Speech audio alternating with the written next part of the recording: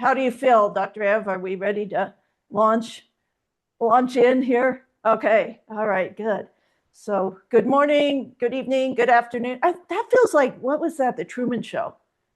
When he would say good morning, good evening, something like that. It was kind of odd. Maybe we are in the Truman Show. If you haven't seen that movie, it's probably worth going to take a look at it. I've often felt like I was in a show where other people were watching and controlling me, and I'm like, oh, look at what she's going to do now. Let's all have a good laugh. So anyway, this has been a big month, I guess you would say, for Dr. Ev and I, is trying to figure out how to do a book without using AI. Because I'm really against using AI for any of the content that I have. I'm not going to produce anything. I'm not going to put anything out there that has the voice of AI behind it or the words of AI behind it. Because I work in the energy field, so I understand that our words, our feelings, our voices, all of that carry energy, and we communicate that way, even at a subconscious level or at another level here energetically. And so if I allow AI to use their voice or their words, it's going to be absent. All of this information is going to be absent from it. I can actually feel when I go on to something and I just look at it, and then especially if I hear it, I can tell immediately it's AI because the energetic charge isn't there. It's flat energetically. So I'm really sensitive to that. And I would think that our horses, our animals, are also very attuned to whether something is congruent or not, is real or not. And so that's why I'm very much about doing things the old-fashioned way here. And because we're doing things the old-fashioned way, it does take longer. And when I write something, when I'm writing it, I'm putting the energy behind the words that I'm creating, okay? And it's why I could never have a ghostwriter, because the ghostwriter wouldn't capture the actual energy that's in the thought, the emotion, and everything that I'm writing about. So it makes it challenging, because in this world that we're living in now, everything's about instant gratification, and let's get out there and let's get things moving, and how fast can we put something out there? But I want you, as you're going down this energetic equestrian pathway, see if you can start to feel the difference between AI generated content and real, okay? And I guarantee you the animals can feel it. And I don't know if I talked, you can stop me if I did, Dr. Ev may remember, last month or so, I went down to my sister's house, and I was working, she's got 4 dogs, so I was working with her dogs, and they had some, stress issues. There were some changes in the family dynamics and different things, and they were kind of stressed out, and I was there, and it wasn't really that the focus was going to be on let's work with the dogs and see what we can do to help them, but I was just showing her a video that Dr. Ev and I did of Dr. Ev's horse, and I'm showing her, it's like, oh, look at, as I'm going through these different energies, it's like, oh, isn't this, let's look at what the horse is doing. And I had my iPad on the table, and I'm showing my sister this, and her dogs come over and sit next to it, and they're watching this, and they start relaxing, and they start doing things that are related to what Dr. Ev's horse was doing in the video. And I thought, wow, look at that. This piece of technology has captured the energetic feel, the emotions, the thoughts, everything else that's in that has been embedded into that video, and those dogs are now watching it, and it's in there, and they're being affected in the same way that Dr. Ev's horse was in real time. And I thought that was absolutely fascinating. And, it kind of blew my sister away. And I'm thinking, yeah, this is just another confirmation that I need to do things. If I'm going to be working in this energy realm here, I need to make sure everything I do is really congruent, and that when I produce something, all the energy is there behind it, backing it up to support what I'm doing. So just kind of think about that. It's like, I promised everyone too, I will do what do you call that? A voice thing for, like, I just lost my mind. I'll narrate the book and do an audio of it. And, I'm looking online, and just because I thought that, guess what comes up, right? On all of my feeds. It's like, oh, here's all these AI generated voices. They can copy your voice and do it. And it's like, wow, that would be so tempting, because do you know how long it takes to do an audiobook? It's not easy at all. It's really, I didn't realize till I went in to do Sacred Spaces, like, holy moly, this is not easy. But wow, the easy route would be to go, oh, let me have them clone my voice and read my book for me. Wouldn't that be great? No, because I wouldn't be able to, that voice wouldn't put the inflections in at the right place. It wouldn't put the energy in at the right place. It wouldn't do the things that I'm actually trying to communicate here, because the words that you read on that page or the words that you hear from my voice are not the entire picture, because behind those are a lot of energy. There's a lot more information. So I'm just going to kind of go out there on the limb and tell you how I see this working, and especially when I work with a horse too, that when I say something, I've got the energy there, but I've also got other experiences attached to that, other thoughts, other ideas, things like that, that as I say something, I'm also thinking of these other experiences I had. Well, those actually get infused and put into that technology, I guess, like it did with my sister's dogs. And all of that extra information that wasn't said or heard was also put in there. So that you're going to, the more times you listen to something, the more you're going to go into and capture that extra energy, that extra energetic information that's embedded into what I say and what I write. Okay, so this is a pretty complex kind of energetic idea. I know a lot of people are talking about the same thing, but what I found curious is that when I wrote Sacred Spaces, I wrote it on at least 5 energetic levels. So there's 5 levels of depth of information that you're going to get as you go through it. So if you only read it once, you get a superficial level, which is probably the words, the just everyday meaning of something. The next time you go through it, you're going to take yourself into a deeper level of understanding, because you're accessing the energy field where all that other stuff is available to you. And then the more times you do it, the more information you're going to glean from it. So when I'm doing anything, I have that thought in mind that I'm not just using words or emotions, I'm embedding experiences into this, like the actual experiences. And when you connect to the energy field, you can access that other information. Again, so I'm thinking back to 1972 when I was doing thinking about a lot of this stuff, and it's like, that would have been crazy talk. They would have put me away back then really, really quick. So, but now we're understanding some of this.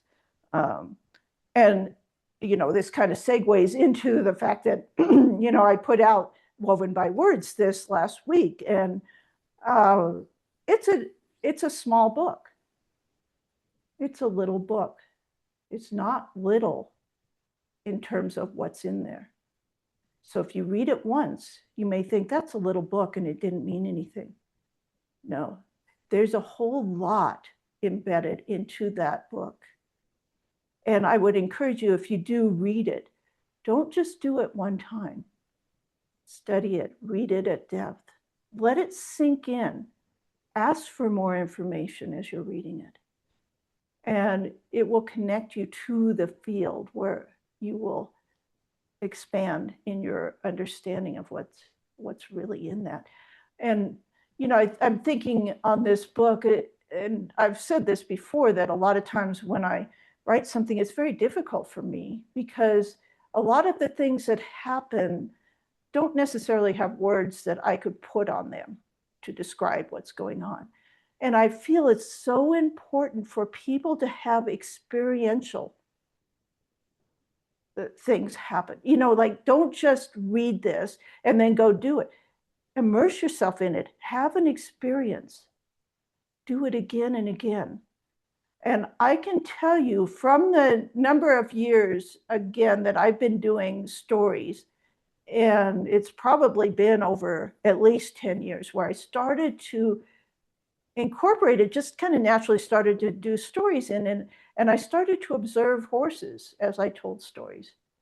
And I thought, well, that's curious. They seem to be able to understand them, even though I'm speaking in my human language. And so, you know, decade down the way, if you think about researchers, we're kind of slow, and we like to gather a lot of information before we put it out there, and so over the course of many years, I'm watching, I'm observing, I'm experimenting with different types of stories, depending on what I would like to have happen. And I'm seeing these really amazing results and very consistent results. And so I'm gathering all of that in and putting it together. And again, I'm not one that's going to go out there and say, oh, I'm just going to grab the next gimmick or next fad that's out there and then put my name on it and start doing it. No, I'm going to have behind whatever I put out there probably almost a decade of research and experimentation and data to support what I'm saying. And when it comes out, when people look at this book and they say, well, that's such a small book. But I think Dr. Evans said, what's behind a few words that were carefully chosen is a lot of profound change that can happen with both you and your horse. So don't be fooled by the complexity of some other things. And they're saying, oh, look at this, it's so complex, and I put all this science into it. And, it's like, that's for people. This book is for horses because they don't want complexity. They want simplicity. And I'm always going to take the complex and hone it down into the most simplistic way that I can.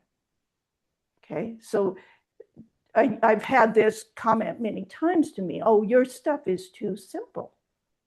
No, it's not simple. Not when you really look at the supporting data. It's not simple. And it's very difficult to take complex ideas and make them simple and doable. And that's been the problem with academia for decades, is that they sit in complexity. And they never translate any of that information down to where it can be used by the people that would benefit from it, or the horses in this case. And that's my biggest complaint and why I got out of academia, because they pride themselves on the big words they can use. They don't pride themselves on the actual change that they could make if they made it understandable. So my first client is the horse. This book was written for them because they love stories. And when I go ahead and do like the book club, like I'm kind of talking about going, and we'll go deeper, because again, there's only so much I'm going to say in words. I don't want you guys getting stuck up in that place of words. What we're going to do is we're going to look at real life examples of what happens when we tell a horse's story. What am I seeing? What am I noticing? Okay. And I've got one of the first videos that I have to show everyone was actually pretty profound, even for me. And it's a horse that was new to me. I'm on a Zoom call with the owner, and that horse is new to her and doesn't want to really connect, doesn't think people are worth trusting. And probably, I don't know what the amount of time it took, maybe 15 minutes, I think. It was somewhere around the 15-minute mark, where I'm just there going, let's just breathe over here. And the owner and I, and we're just breathing and we're just talking and letting that horse figure us out. Because what I realized in that session is, how often do we go into a situation where a horse is not connecting to us, and we start to do things physically to make them connect to us? Rather than saying, what could I do to myself or within myself to make me someone that horse would want to connect to? So I've just switched the whole idea around to, we're not going to physically make that horse connect to us. I've got to change me and become really attractive to that horse. It took 15 minutes for that horse. It's so funny because she went around a little bit. And each time she went around, it was like she started to get a little closer.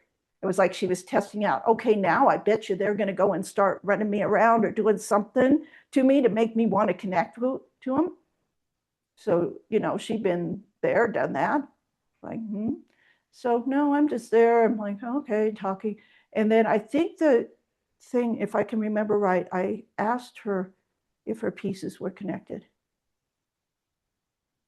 And this is something we'll go through with some of the different courses and the book studies. But I asked the horse, do you have all your pieces connected today? Meaning mind, body, soul connection. Okay. We can't connect to another until we connect to ourselves, right? So I'm going to ask that horse, are you connected to yourself? I'm going to ask myself, am I connected to myself? And then right when I ask that, the horse turns around and comes straight for us. And then I start telling stories, and that horse had its head down, and it was doing the heart energy thing, like coming up to the camera, right into the camera, and then putting its chest right against the camera. And it's like, that's not normal. That level, and that's not just connection, that's communion. Mind, body, soul. Yeah. In 15 minutes. No physical techniques. Me just being me and connecting to me and my energy and being present. And then asking the horse to do the same. Can you connect to your body? Can you be present? Like, it's remarkable. And the more you practice you, these things that I talk about, practicing you, the more that happens with every horse you come across. It's not specific to one horse only. It's global. I mean, and it's getting kind of freaky where almost, on a Zoom call, because now horses know I'm in that energy and I've stepped into that field and that space where I communicate with them, they're almost instantaneously in the camera with their face in the camera when I start. Jeanette, we can have you talk a little bit because she got a new horse too, and it's like he had a lot of really tough times with people, and he's there right in the camera.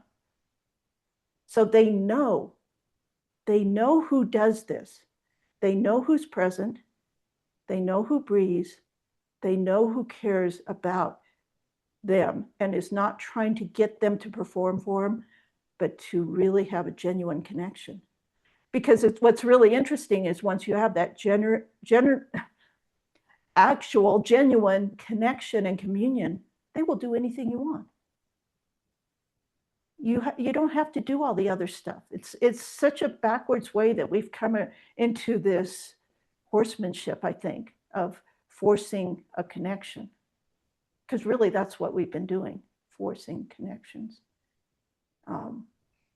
And it's funny because this same person had another horse, and it kept telling me, it's like, just stop doing so much, because that's what we've been trained to do. Like, go in there and create the connection, create it. No, the horse is telling me, stop doing so much. Stop it. And when we did that, the other horse connected really quick. So, as we're talking about, we're segueing into that next topic that we were going to talk about here is what is bridging that paradigm shift? What is the bridge between that old way that we did it by we're going to force a connection with this horse to this other place where connections happen because they happen organically because we've done something different to ourselves. We've become different. Okay, that's a big, big gap there. And it's very hard for people to jump that gap. It's very hard. And I'm not sure, after all this time, I'm still experimenting. Like, how do we do that? How do I get that? Because there's so much about past beliefs that we've had about how things are supposed to work. And those are pretty heavily ingrained in us, but they're also heavily ingrained in the horses. Because the horse that I was talking about that took 15 minutes, her struggle was, is it possible to have a different type of relationship with a human being than I've ever experienced in my life? Think about the gap the horse has to jump for that one too. Can I trust that? If the person is different, could I trust it? I don't know. There's big issues on both sides here as far as making this leap to if you want to go to a different way, it's a big leap for everybody, us and our animals. Okay. And so this is the challenge, because I've been talking this for maybe 30 years, and the gap is getting smaller, but it's still there. At first there was just absolutely no talking to people on the other end of the gap, and I was way over here, and it's like, I don't even understand you, so there was a lot of dismissiveness, and now we're narrowing that gap down, but it's, even if people want to go over here, it's like, I've got all this baggage essentially of old beliefs and all this stuff that I would have to let go of to do that. And it's not easy. So that's kind of a little bit of a segue into this. Do you have anything to add, Dr. Ev, on these kind of two topics, either the book or the paradigm shift here?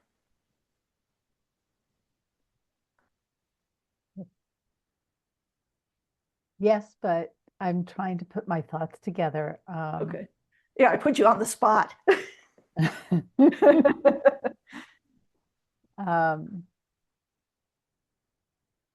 Ever since I started editing the book for you, I've been playing with my own animals with stories. And it's really fun. They really seem to get it. My little 8-month-old filly likes her bedtime stories now, because I try to pause and tell her a story at night when she's eating her dinner.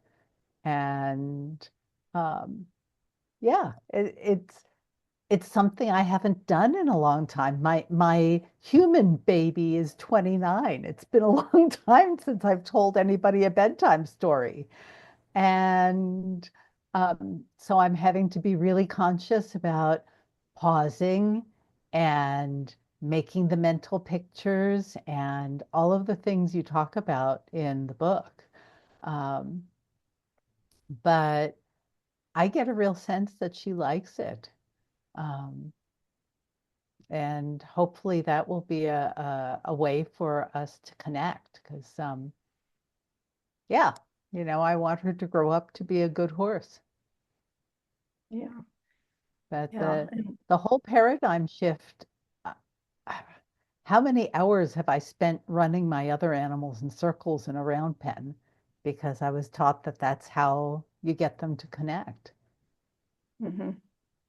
And I would say that's definitely, I'm not going to say it doesn't work at some level. Like, that it gives the illusion of connection. It gives, it has the horse do what you want. I guess, there's things within that. If it didn't work at all, then nobody would have been doing this. But I think what I'm talking about here in terms of that communion and the connection is that I want something more than just a robot or an animal that says, "Oh yeah, I'll jump when you tell me to." I want a thinking, experiencing horse there that wants to be with me and therefore wants to do things with me, whatever it is that I'm doing.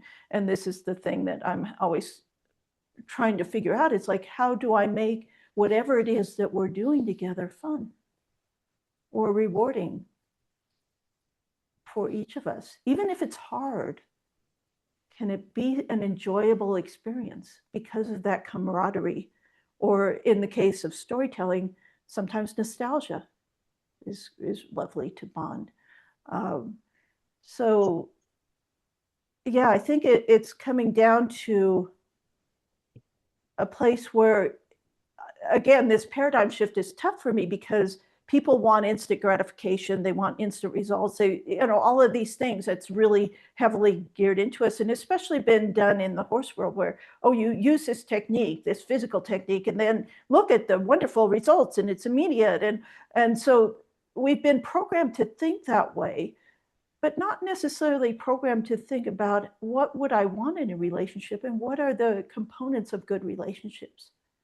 And my idea is that you don't have to do a lot of that other stuff if you have a good relationship and you've set the parameters for that relationship. Like, here's my boundaries, here's how we operate. Then you don't have to do all that other stuff because it's a given that when you come together, that's how you interact with each other. I don't have to go get my dominance back, every single time. And that's exhausting. I don't want to do that. I want to come out and, like, you would have a friend. It's like, okay, then we get together, we're going to do this. And it's like, you don't have to go. And when we walk together down the street, you make sure you're staying over here in this space. And there's just things that you do that within that relationship that are mutual self-respect. And that's what I'm trying to teach. And yeah, did you have something to add on that, Dr. Ebb? Of what I find, and it's probably part of the way I've spent my life with, I'm a checklist person. I love my lists. I put things on lists just so I can cross them off lists. Um, and I get hung up in task orientation with my horses. Got to get this done, got to get this done, got to get this done. And so, can you talk a little bit for us list freaks about how you would get out of that task-oriented mindset? Because Yeah. that's an obstruction for me, I know, with this work. Yeah. And I think I would think most of the programs I did with as far as horse training were very task oriented, right? You do this, you get this result, you do, and check that one off the list. And believe it or not, I'm very much of a list person. It doesn't look like it, but I am. I'm very A-type, actually, which doesn't look like it. It's that understanding that when is that appropriate and when is it not. And again, uh, working with horses when you've got a task that you have to get done, especially when you add the time frame to it. It has to be done within X amount of minutes or whatever. Okay, what happens to your body? What is your body response when you get into task mode? And this is where you start to evaluate that. Okay, you will get more singularly focused, like laser focused. And I think we talk in the horse world about, narrowing your vision down to very small instead of having an open kind of big viewpoint.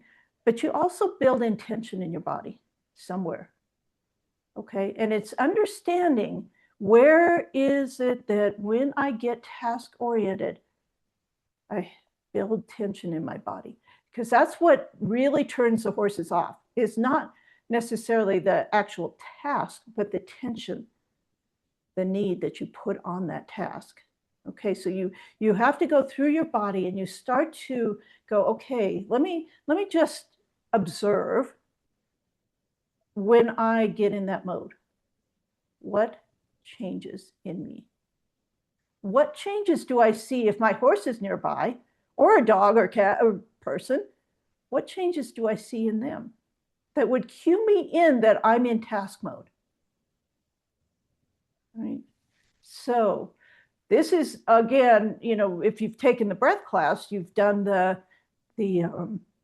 body scan, and the more you practice it with things like this, the more you start to go, wow, I feel it in my shoulders when I get task oriented and my vision narrows down. How could I do that task without that feeling? Like, choose something opposite that. Like, could I do it in joy? Let me see. This is not easy. By any means, it's not easy. This is part of the mental training. It's like understanding your own body. How does your body speak to you? And it's often very subtle, and it's often things that we have ignored for decades or most of our life. We just go through and we do something, and it's like we don't have that communication. Are your pieces connected, right? Do I know how I come across energetically when I'm tasked, when I'm in that task place? Okay. I, over the years, was really conscious of that. And so even if I have a task going on, if I can do it, in the back of my mind, there's a time frame, there's all this other stuff still there, the list is still there. But in front of it, covering it, coating it with this thing, is this level of relaxation. And also a kind of an idea that I will get it done, it will happen. And again, I'm going to tell you, you're going to go, this is impossible. It is at the beginning. It's so hard. Pick things that you could do that are easier. Start easy. Just start to train yourself to be able to do this. And really, noticing is the first thing. Notice. And again, what's so off-putting to the horses is not necessarily the task we're doing to them, but how we are coming across energetically. What are we really communicating? And underneath that, the task can be fear it won't get done in time, or fear I can't do it. There's just so much in there. And this could be a whole class of 6 weeks of let's look at tasks. So again, as we get more into this book study, we'll go over a little bit about that. These would be opportunities for me to introduce some other things for people to practice on and start to become aware of. And you're just adding skill sets along the way of, okay, awareness is the first skill set. And I think I did on my thing, I'm just going to write it down. I think I did 3 things: discover, develop, and deepen. So those are the steps, if you can think about it. So that noticing how you are feeling, that's the discovery. Okay. Now you're going to develop a skill set to overcome that. What am I going to do instead of that? And you have control over these things. You can control how you feel while you're doing a task. It takes a lot of mental effort at the beginning, but you can say, okay, instead of feeling tense, let me imagine I'm doing a task where it's easy for me and my body is relaxed and I'm do it in joy. Some people, it might be something like gardening, or pick something that where when you're doing it, it's like, oh, I'm really getting something done, but it feels like it's flowing. It's lovely. Okay. So that's what you're going to replace. So that's the development stage. Okay. And then the deepen is when you start to really look at how can I really get this to another level of proficiency and understanding. And again, these are not simple things. This is one of my certifications, and I did it for, I think it was like 8 months. I did mental training certification, and we're talking like these kind of things where you go in, it's like, this is not easy stuff. Not everybody wants to sign up for that because it is hard. And this is where I lose those people that say, oh, it's either too easy or it's too hard. Okay. Right. And then they go, oh, that's too hard. I feel uncomfortable. This is too much work. And they give up. And it's like, when it becomes hard is when you should double down, because something's going to change. And I can just tell you from my own path down this way, it has not been easy. But is it good now? Much better. The time that I spent practicing this stuff paid off in spades. Okay. And especially in terms of my relationships with horses and other animals. Because I worked on myself, I connected my pieces. I started to understand myself. And therefore, I was more understandable to that horse, animal, whatever it was that I'm with, person, all that. And, this kind of gets into a little bit of that third thing we were going to talk about, which was this deep way, the dual human equine energy psychology. So, when I was putting it together, it's like, oh yeah, we're going to work on each other. This is a self-development, both for our horse and for us. This is not necessarily a horse training program, even though we talk about training. I talk about lots of things, but if you work on yourself, the horse works on themselves. That makes this so much easier. Okay. And so it's like, that's why I put the dual in there, because we can't leave us out of the equation. Because we're going to be working on us, and the horse is going to be working on them. So it's dual. Okay. And then we're talking about energy psychology, which encompasses all these things about what is, how does meditation help? I'm not really a meditator, as you know. It's like I do it waking meditation with these different energies, but awareness of our energy field, mindfulness, gratitude, presence, resilience, all of these things fall under energy psychology. Okay. So it just felt like that was such a good way to describe what this work is. And I even describe it as it's ever evolving, because it's not a static program. As we learn more, we deepen more, right?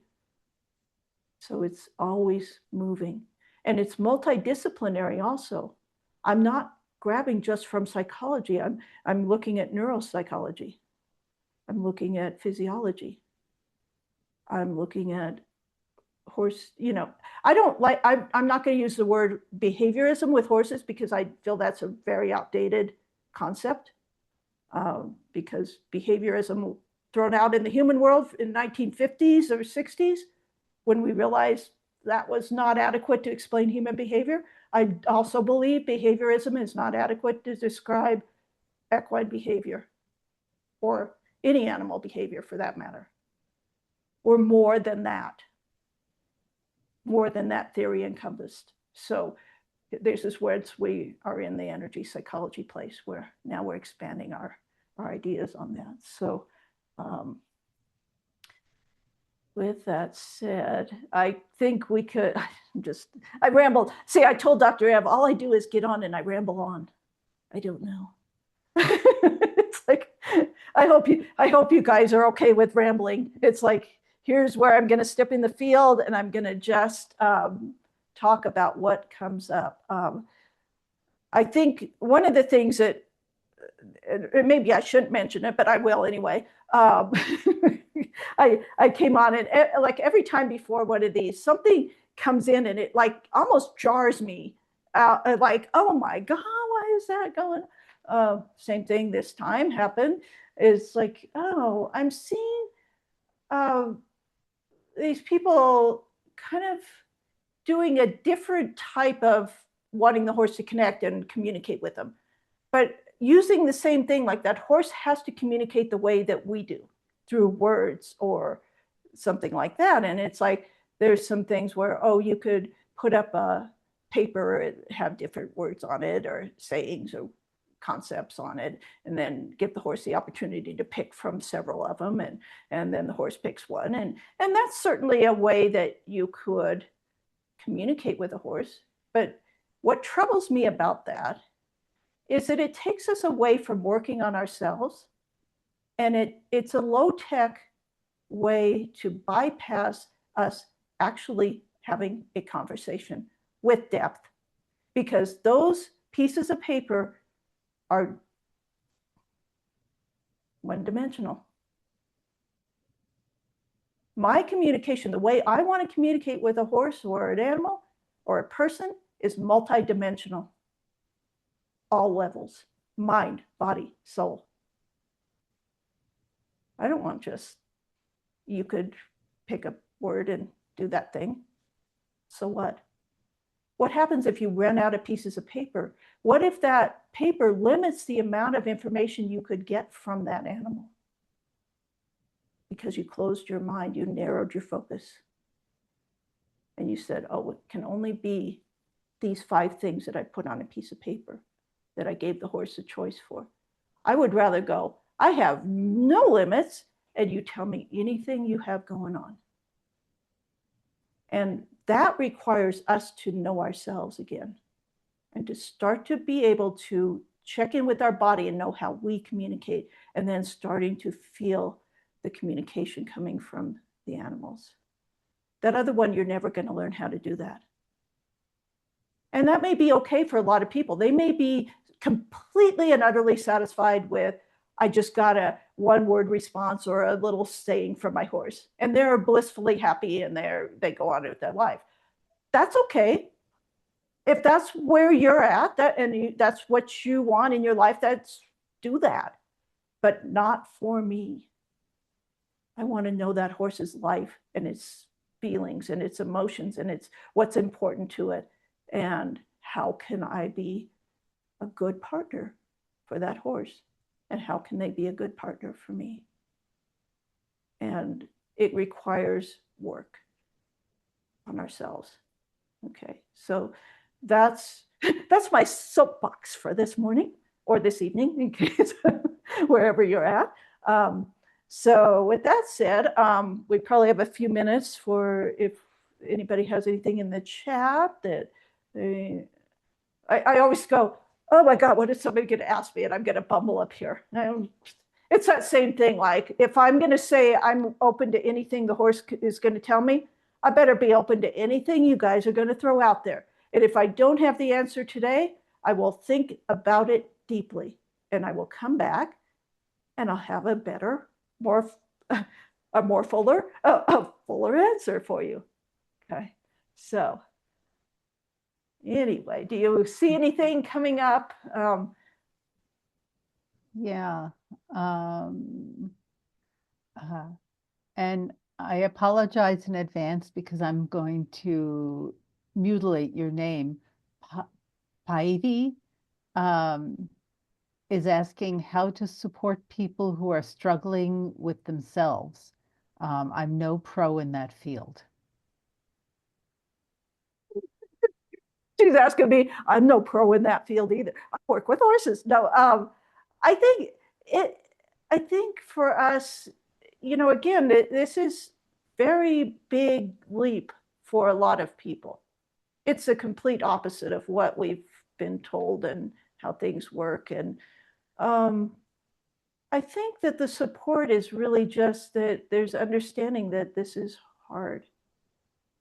And that a lot of times I don't push them to do anything. It's just like, just go watch. Just sit and watch. And let the judgments come up. Let the confusion come in. Because those two things are what's really the troubling thing for a lot of people, because it causes such distress in your body when it's like, but that's not what I learned, and that's not how things are supposed to work. And oh my God, here's this new thing. And it's like, I can never go in and tell somebody, well, you have to believe this. They have to go on that journey, and they have to decide if they're willing to be uncomfortable. And that's why people quit this a lot of times, is because it makes them feel uncomfortable. Because they've got to question everything they believed in. And, you know, it's like, I think of how many times I've had to question everything I believed in and say, maybe I was not right before. That's why I got back to, this is ever evolving. I'm ever evolving. I'm never going to say this is the final definitive answer on something. There's always something new. And I don't know, sometimes the people that have the rigidity and the inability to, you know, adopt new ideas, that's a trauma response. And, you know, it's one of those that until they come to grips with it, and until it starts to impact their life in a really negative way, they're not going to look for a different way. They're just going to keep figuring out how to avoid it or how to dismiss it. And you just, this is probably the hardest part of this work, is not to take that part personal. It's been devastating to me in many times when I'm like, wow, all that time I spent, and they just went, oh no, you're wrong, and they leave. And it's like, but the horse showed you, you know, it's like I'm always going, but the horse loved it. I think, you know, all of us who are caring, we want the best for other people. And sometimes, you know, I've had to learn, I got to just step back and just go, you know what, you've got to go on your journey. And you know where, I mean, I know you well enough. It's like you're just a loving, caring person, and they know where you're at. And when they're ready, they can find you again in that space. It's hard. See, I have no answer for that. If anybody has an answer for that one, I'm game for that, because this has been the struggle. And we can't make people ready. And I've seen people leave this stuff, they get really annoyed at me and this work, and it's too hard, or they leave, and it's too easy and they leave. And I just have to go, you know what, they'll go find a way. Whatever way that is in their life, they'll find their path. And maybe I was just a little stepping stone along the way. And maybe that stepping stone shows back up 3 years later or 5 years later. And they go, huh, I didn't use that one before. But now that seems to be the bridge. You know, I can get across the water without getting wet and falling in. And again, like belief systems really close off our mind to new possibilities. You know, if we have really heavy belief systems about something. And some people, that's a safety mechanism. Their beliefs are safety. And it's frightening to go out there and say, you know what? Let me just wing it. let me just give it a shot. And It's hard. So I didn't answer that at all, but just don't beat yourself up about it. Because there should be a support group for people doing this. It's like, yeah, I get beat up all the time. It's like they tell me I'm wrong. It's like, but I know in my heart this is right for me. And it's like, okay, I'm trying not to let that deter me or knock me off my path and make me question myself. Because I do it enough already, I'm always questioning myself, and interrogating myself. But we want, I think you and I both, again, we want the best for the horses, and we see that way. And so we would like everybody to see it that way, but they don't yet. I'm putting that yet on there. Yeah, that was a good question. And again, if anybody wants to write in or tell me how they deal with that, please, because that's the hardest hurdle here. So, okay, Dr. Ebb, anything else here? Oh, yeah, there's a wonderful discussion in the chat at the moment. Let me get back to the question that started it. And then again, I apologize if I don't say your name correctly. Ashlyn asks, any tips for communion with horses that have passed on to the other side? I feel somehow blocked in this area. Thank you for sharing so openly. And then there are several other comments that I'd like to call people's attention to after you address the question about communing with horses that have passed on. Okay. I guess I don't think of them as being different because it's all energy, right? And so I just bring them to my mind and imagine them and then sit with that.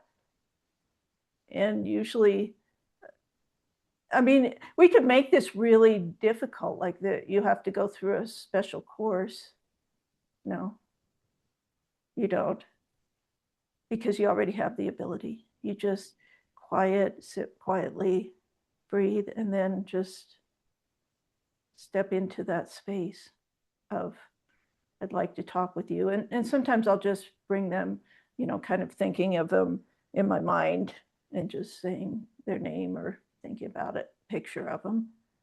And then just have a conversation.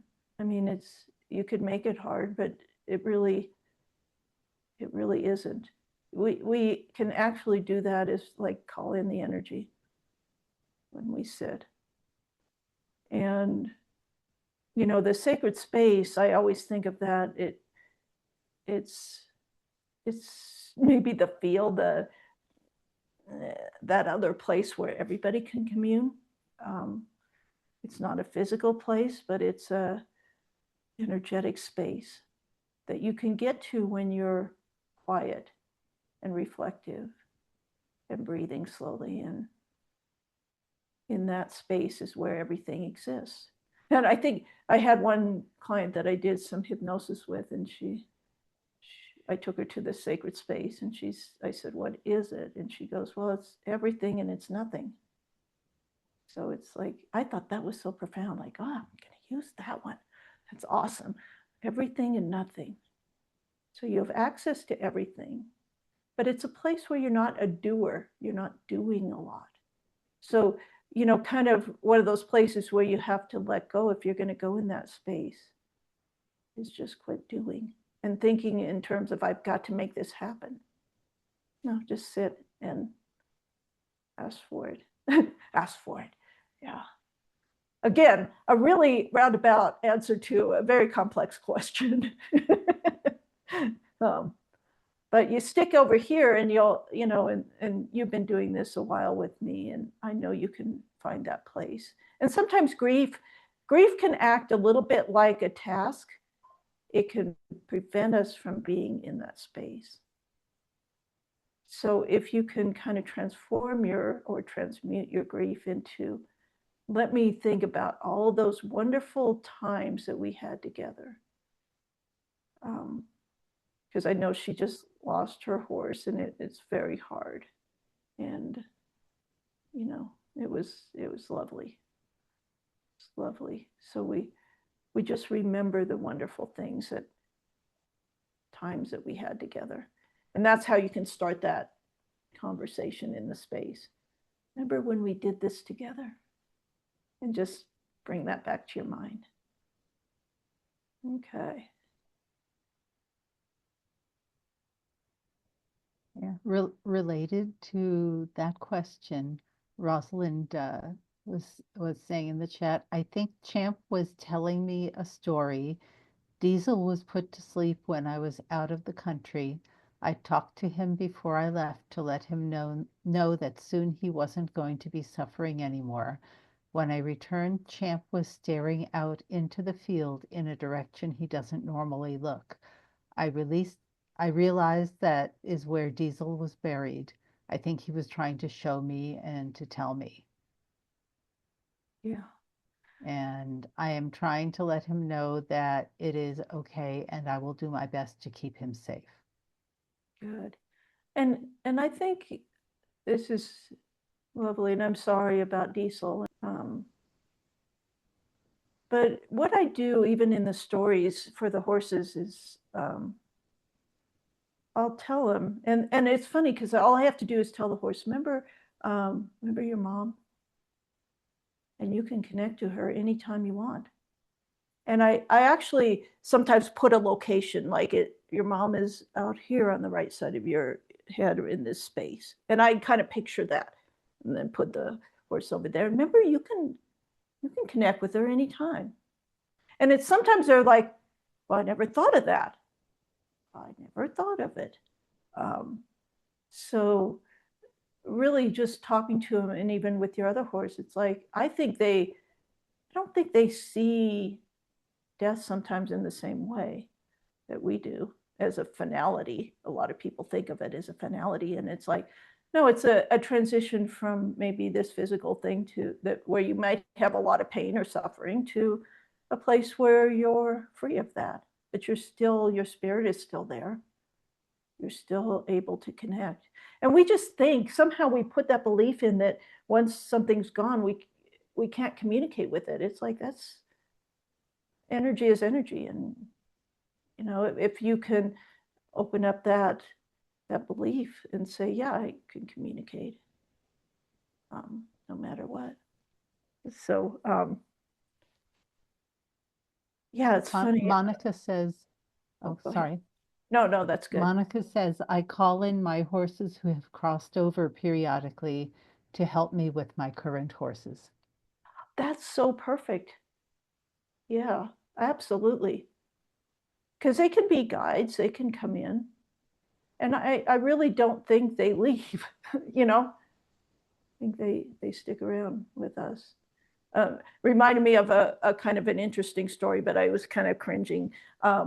I had some people at my house one time, and we were just, I don't remember what we were doing, just some communion with horses. And I brought this other horse in, and he hadn't done any of the work ever, and so I brought him in, and he went up to this one person, and then he was off looking in the corner of the arena, just staring. And it's like, there's nothing there.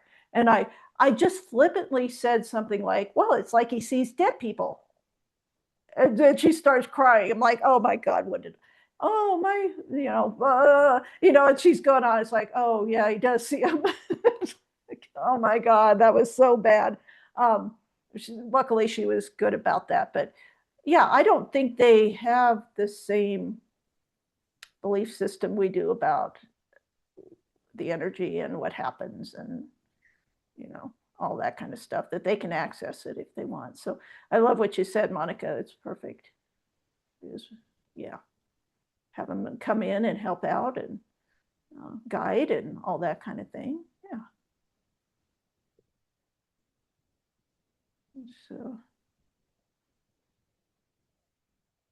and maybe this will help with Ivy too. It's like there was a question on the Finland group's Facebook about, I think somebody's going to put their horse down here pretty soon, and It's like what we tend to do is get really sad and depressed and all this stuff. And I'm thinking about this one incident where this lady, she knew her horse was going to be put down at some point, but it's like every day she lived in this space where, oh, it's going to be so bad when he's gone. And it's like she just was horrible. And like her horse could barely walk. I mean, he was just like, oh, the depression and the sadness were just really bringing him down. And I said, well, you know, why don't you enjoy these moments you have together now? And she changed a little bit to reminiscing about some good things with this horse. And he perked up. He looked like a completely different horse. And I thought too about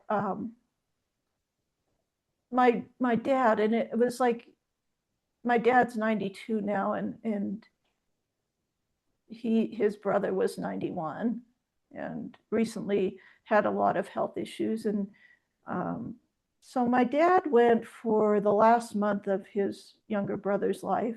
He went to the hospice and he spent time with his brother, reminiscing and telling stories about when they were young. And he held his hand and they laughed and they had a good time. And I even think it's like, who is that man, my dad? I never thought he was someone that would do something like that, right? And I was like, I was so impressed with that. And it's like, wouldn't that be what everybody wanted in the last moments, is like not to have everybody being sad and crying and all this stuff, but just like, wow, let's go look at our fun times we had together and make that communion with that person. And it's like, that would be everybody's dream, to leave the earth that way, I would think, with somebody who really cared about you and told you things that they really appreciated about you and how you made them feel during the life and all the adventures you had together. God, you know, I don't think I'll have anybody like that, you know, in my time. But what a gift my dad gave to his brother. And I was so impressed with that. You know, so I just, again, it's easy for us to get wrapped up in all the doom and gloom of it, but it's also inevitable. We're all going to do it. How do we want to leave? Yeah. So anyone else here?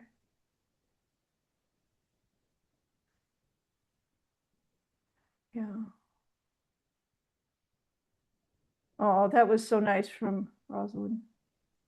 Oh, it's what a, if you haven't looked at the, Rosalind, I hope that's the same diesel. If it's not, tell me. But it's like the cutest. It's not. It's Oh, not. okay. She made a comment earlier. She goes by Okay. Rose. Oh, okay. Rose. All right. Yeah, there's another person that, and her horse was named Diesel, and it's so cute because he's in the. I had to put his picture in the the uh, the new book because he's holding Sacred Spaces book in his mouth. Like, yes, read me this one. So I think that was so cute. Okay. So any other comments, questions? See, every Saturday you make me cry. It's like in a good way. In a good way. This is so much fun. No, we got it. Is there anything you want to relay about the book? I know some people had trouble with the link. You would not believe, like every time I try to do something, the energy is very weird with technology. So if there's any level of excitement around something, the energy blows out. And I think I'll end up today's session with, if you haven't heard it, the story of the first Warwick Schiller interview that I did and the technology issues. So, you know, I'm thinking Sacred Spaces had been out maybe a couple years, and then he found the book and then had me on the podcast. And so I thought, well, my internet at my house isn't that great, so I'm gonna go over to my dad's house. He's got perfect internet, and I'm gonna go and take, I think I had 4 different computers, my cell phone, and then a landline. Okay, so I'm like, got all the possibilities covered. I'm thinking, if something goes wrong with one of them, I've got another. So I set it up, and it's not too far into the interview before my computer is just not cooperating. And so I get my new technology, and it doesn't last very long. And I don't know if the battery drained like immediately. And even though it was plugged in, it was bizarre stuff that was happening. And I'm like, he's telling me on the other end, it's like, boy, you sure have a lot of technical issues. It's like, you must not be very good at it. It's like, you have no idea. Like, when the energy gets a little ramped up, it's like this technology stuff blows out. And it's like, he was just going, nah, that doesn't happen. And it's so funny. And so the last few minutes of the call are on a landline, and it totally blows out too. And I'm like, oh my God, this was exhausting. So it wasn't more than, I don't know, a few years later, Rupert Isaacson had, the guy that was the horse boy, the guy, he does the energy, and he told him, oh yeah, the energy will mess with technology. And then all of a sudden, Warwick was like, oh, technology messes with, the energy messes with technology. It's like, I told you. And it's like, so every time I'm doing something big, I'm always like, we did every contingency possible. And it's like, we're just kind of going, yeah, something's going to blow it out a little bit, but we'll get through it, and persevere. So if anybody has any issues at all, if you've bought the book and you can't get the links or anything like that, please email us at the energeticequestrian@gmail.com. I'll put that in the newsletter too. I just put it in the chat. Okay. So yeah, please reach out to us. Don't try to go through Kajabi, because they'll make you more crazy. They make us crazy on a daily basis. So don't spread the craziness. Just come to us. We've gone through every contingency and thing that Kajabi has tried to do to us, and we have a workaround to each one of those. So don't challenge the energy that way. You said every possibility. I learned so much in the last 24 hours. Oh yes, but we're going to be like technical whizzes of like the helpline. Oh yeah, you got that with technology? Okay, try this. We're going to be, and we speak English instead of some language you can't understand. So with that said, it's like I'm thinking about Dr. F. She's quite creative sometimes on her merchandise. So she's created some merch for me. One of them, I should show it the next time. One of them is, the first one was the fairy dust. It was very cute. And then she created gremlin repellent, which was really funny. So maybe we'll add those in the thing, because they're actually pretty funny. So, and I'm almost thinking they work, even though they're kind of like a joke. I think there's some energy in there that works. Yeah.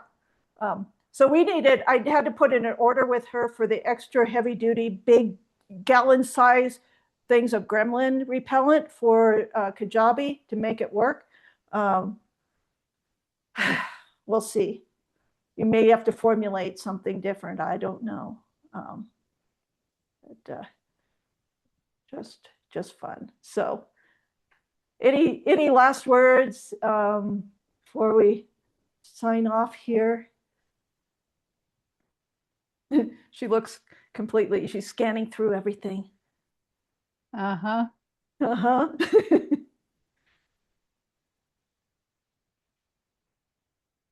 Yeah, it's so funny, because when we're doing Kajabi and we have the people call in, I can't get in, every single one is a different problem. It's like, if we really screwed up bad, it'd be the same problem. But no, it's a unique new problem for us to solve. So we've got a couple of orders for gremlin repellent. Oh, should I have if you guys hold on a second, I can read you the product information. So hold on, I'll be right back. I think it's worth ending on your gremlin stuff. So hold on. We'll see if it shows up on my screen here. Okay, it comes in a little packet, a spray bottle. This is the regular person's dosage, if you just have little minor gremlin problems. So it comes in a little squirt bottle like this. Okay.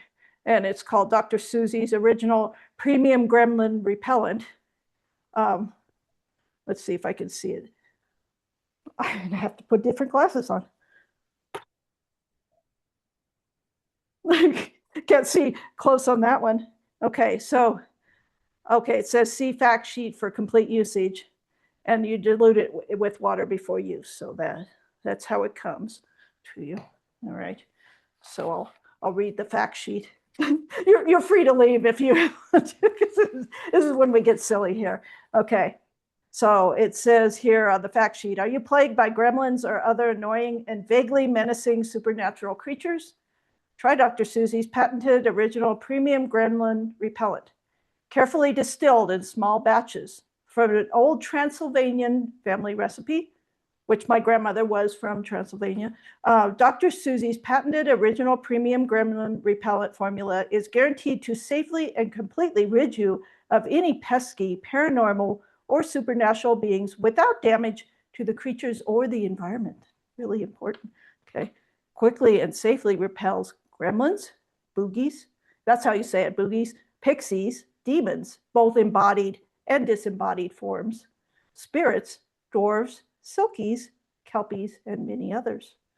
Okay, so you just add water to the concentrated formula and spray freely in the environment in the general direction of the energetic disturbance. Warning, do not spray directly onto computers or other electronic devices, however gremlin infested they are. Okay, always test color fastness before using on clothing, carpets, or furniture. Safe to use around real humans and pets of the normal earthbound physical body variety. May cause discoloration of fur or skin. Will not harm or repel griffins, which are generally recognized as a protective, helpful species. Okay, so you keep it tightly sealed and save it or store it in a dark place. We all have them. Didn't see that one before. Yes, we have many dark spaces. Okay, and she says it's absolutely the best gremlin repellent on the market today. Okay, so thank you, Dr. Ev, for that lovely product. And we use copious amounts of it with the launch of the book, and something else is coming in. So anyway, it's a good joke for the last here a little bit, but that was, I think Dr. Ev is going to be in charge of product development from now on. It's lovely. Yeah, well, I crossed my fingers when I swore to the post office there was nothing liquid in the box. Yes, it's a lovely package, and it's quick to mail. It's light. Yeah. Awesome. So, yeah, I was kidding. Yeah, we'd sell Merc on the site, but no, that's another nightmare. So, for another day. Okay. All right. So, with that said, I'm not sure when my next free date will be next month, but we'll put it in the next newsletter, which should come out around the first part of March. And I do have an interview coming out with Ross Cooper from England. And I think that one he said was going to come out around the 5th of March. So I will put that in the Sacred Spaces group and then in the next newsletter too. And that was a lovely little interview. And he and I think it was Amy. They were so funny. Oh my gosh, we just laughed the whole time. So look forward to that one. And we shall see you next time, I hope. And I don't know what I'll do. like, I'm going to bathe in gremlin repellent. That's what I'm going to do. So, all right. Take care, everybody. Thank you for showing up. It was lovely. Bye. Thank you.